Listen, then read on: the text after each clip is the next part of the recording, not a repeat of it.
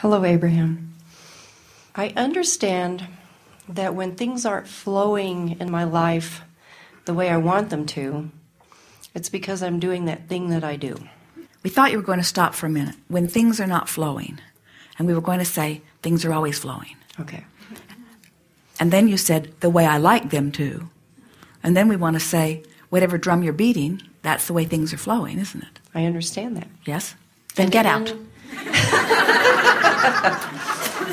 In my relationships with my husband and my children, I've come to where I can see what that thing is that I'm doing. And What is it? What is it?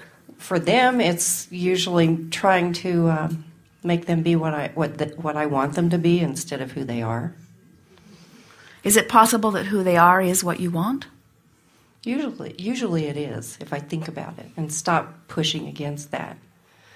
The issue is my small business, which cruises along really well for a while, and then it stops cruising along and it kind of gets bogged down, and I haven't figured out what is the thing I'm doing that causes it to bog down. We know it's a little hard to hear at first, but we think by the time this day is finished, you will have heard it.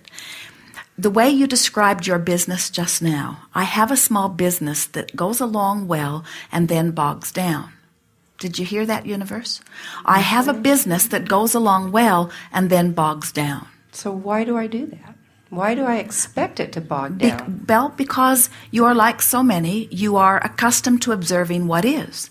And you believe, you've been taught, most of you, to tell it like it is.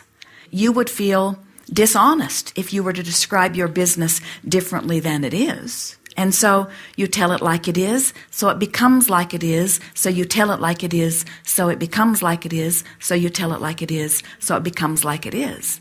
And then everything is perfect in your world.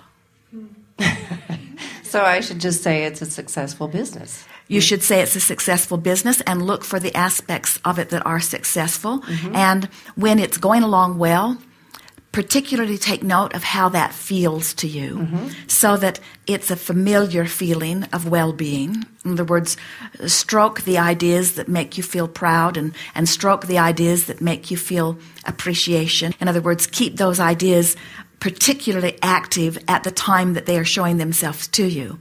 And then when things start slipping, mm-hmm. and those feelings start slipping, then sort of doggedly hold to those feelings, saying things like, it doesn't matter how things appear, it only matters how things feel. The appearance is the physical journey, the way they feel is the emotional journey. So I'm going to soothe myself into feeling good anyway, feeling good anyway, feeling good anyway, with the belief that as I feel good, that everything will acquiesce to that vibration that is accompanying that good feeling. That really is the way that it is. A lot of times people will say, well, it is, but it's true. And we say, there are a lot of things that are true that you don't want to have in your vibration. When you say, I'm going to tell it like it is, or I'm going to speak the truth of something, the truth meaning the manifestation that has followed some vibration. Did you get that? Mm-hmm.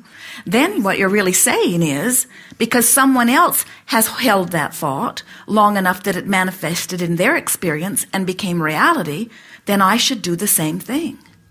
And we say we'd be very picky about what we make the truth of our reality. Truth doesn't mean diddly squat. All truth means is that law of attraction works. Truth is the manifestation of somebody's vibration, and there are all kinds of truths on all kinds of subjects.